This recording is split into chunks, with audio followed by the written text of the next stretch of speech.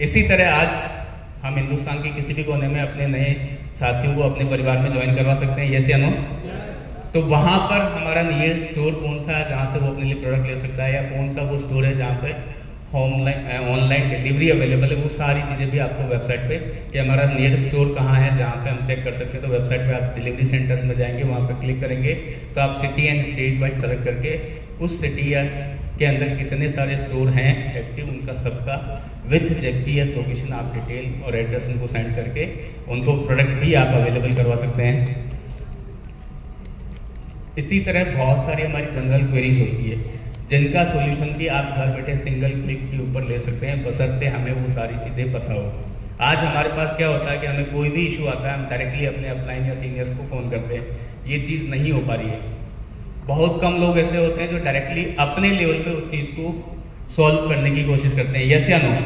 और जिस दिन ये कल्चर हमने अपनी पूरी टीम के अंदर ला दिया कि हम अपने लेवल पे जितने भी चीज़ें आ रही है, जो चैलेंज आ रहे हैं, उनका सॉल्यूशन हम खुद कैसे कर सकते हैं, तो वो भी आपको कहीं ना कहीं वेबसाइट पर सारे मीडियम्स अवेलेबल हैं।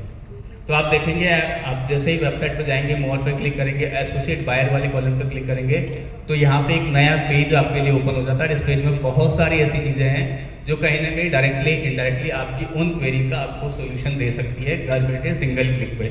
जैसे एक जनरल एसोसिएट बायर का कोई भी इन्फॉर्मेशन आपको चाहिए, जितने लोग इन 23 सालों में हमारे साथ एसोसिएट हुए हैं, अगर आपके पास में उनका आईडी नंबर भी है तो आप उनकी एक बेसिक इन्फॉर्मेशन यहाँ से चेक कर सकते हैं। इसी तरह अगर मैं बात करूँ तो हमारे जो एग्जिस्टिंग एसोसिएट बायर हैं, जो किसी कारण से थे सिस्टम में, बीच में नॉन एक्टिव हो गए, दोबारा से एक्टिव होना चाहते हैं, यहाँ पर वो उस पर क्लिक करेंगे, अपना वहाँ से केवाईसी डाउनलोड करेंगे, सारे डॉक्यूमेंट उसके साथ अटैच करके फिजिकली अगर वो अपना केवाईसी कंपनी में भेजते हैं तो दोबारा सेम प्लेस पे वो अपनी आईडी को एक्टिवेट करा सकते हैं। तो वो कॉलम भी हमें यहाँ पे अवेलेबल है।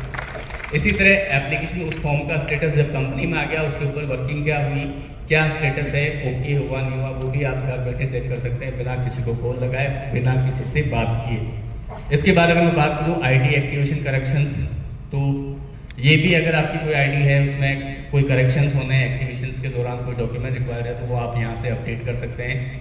पैन कार्ड अपडेट आप वेबसाइट पर जाकर डायरेक्टली कर सकते हैं। देखिए बहुत छोटी चीज़ है लेकिन इसके इफेक्ट बहुत बड़े होते हैं। हम जब भी किसी को ज्वाइन कराते हैं, पैन कार्ड अगर नहीं है तब भी ज्वाइन करा सकते हैं, यस या नो? तो एक हैबिट जरूर बनाने के, जैसे ही किसी की नई ज्वाइनिंग करवाते हैं, अगर उसके पास पैन कार्ड नहीं है, बना हुआ नहीं है, इमीडिएट उसको पैन कार्ड बनाने के लिए भी अप्लाई करा दें, और जैसे ही बन के आए इस ऑप्शन की सहायता से उनका पैन कार्ड अपडेट कर दें। और ये एजुकेशन हमें हर नए आने वाले एसोसिएट बायर को देनी है। उससे क्या होगा कि जिस दिन भी वो काम करेगा, एक्टिव होगा, उसकी इनकम जनरेट होगी, तो उनका एडिशनल टीडीएस नहीं कटेगा।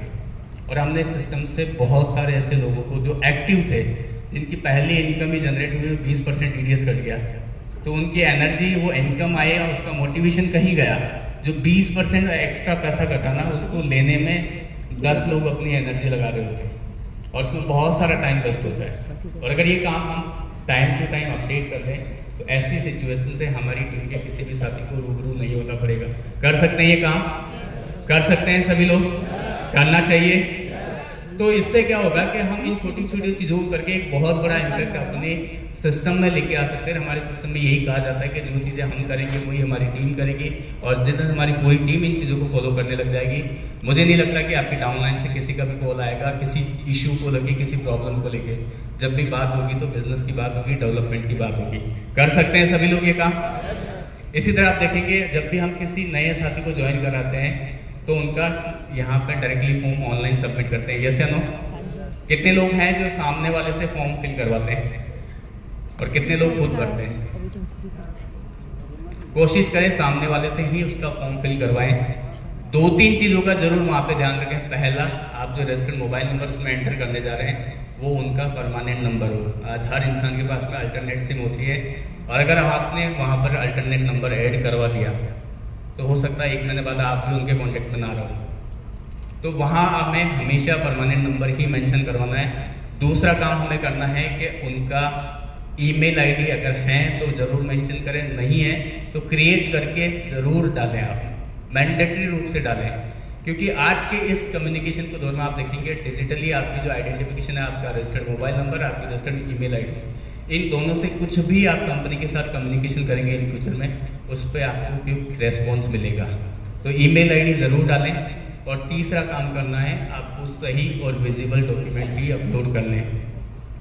आज आप देखते होंगे एक नॉर्मल सी प्रॉब्लम होती है कि हमारा KYC ओके हुआ, हम काम कर रहे हैं, नीचे 10 ज्वाइनिंग करा चुके हैं, एकदम से आपका एक दिन दिखता है कि आपका ID टर्मिनेट हो गया, होता है। और उसकी सबसे बड़ी वजह यही होती है कि कहीं ना कहीं आपने डॉक्यूमेंट रॉन्ग अपडेट किया है। तो वो चीज़ें ना हो, तो जब भी हम किसी का फॉर्म फिलअप करें, सही चीज़ें उसके अंदर अपडेट करें।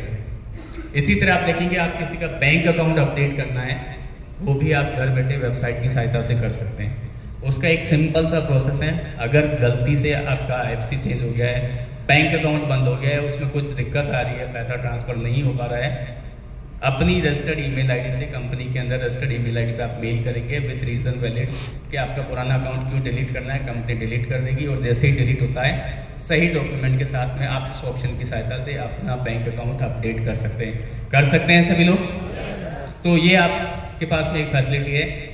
और लास्ट में आप देखेंगे मोबाइल नंबर चेंज, और ये एक हमारे सिस्टम की यूनिवर्सल प्रॉब्लम है, सच बता रहा हूँ। और इसमें हम अपनी पूरी अपलाइन सीरीज को काम पे लगा के रखते हैं, जबकि ये बहुत सिंपल काम है, आप डायरेक्टली वेबसाइट पे जाके खुद भी कर सकते हैं।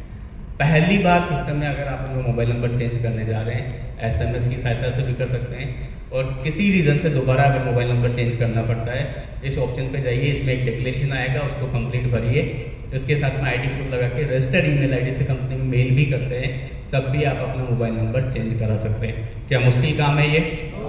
ज़रूरत है इसके लिए अपलाइन की? तो ये सारे काम हम कर सकते हैं, बस ज़रूरत है हम इन चीज़ों पर काम करने की, इनको अपनी टीम के साथ शेयर करने की, जिससे कि हर इंसान आसानी से अपना काम खुद कर सके। और आपने देखा होगा हमारे प्लान बुक में एक बहुत अच्छी लाइन लिखी हुई, सब कोई काम करे अपना अपना, यस या नो? और ये तभी होगा जब हम उन्हें एजुकेट करेंगे, उन्हें सिस्टम के बारे में बताएंगे। तो हमारी जो वेबसाइट है वो एक ऐसा कंप्लीट पैकेज है। एक नया इंसान भी अगर ज्वाइन होकर आता है, उसको किसी की हेल्प नहीं मिल रही है, वो पूरी वेबसाइट पर भी अगर चला जाता है और सारी चीज़ों को पढ़ लेता है, तो कहीं ना कहीं अपने आप को वो सेल्फ लर्निंग मोड में लेके आ सकता है और वो सारी चीज़ें जान सकता है रेगुलर बेसिस पे। तो पहला काम हमें ये करना है कि डेली बेसिस पे हमारी RSIM की वेबसाइट को विजिट करना है। कर सकते हैं सभी लोग? कर सकते हैं? टीम से भी करवा सकते हैं?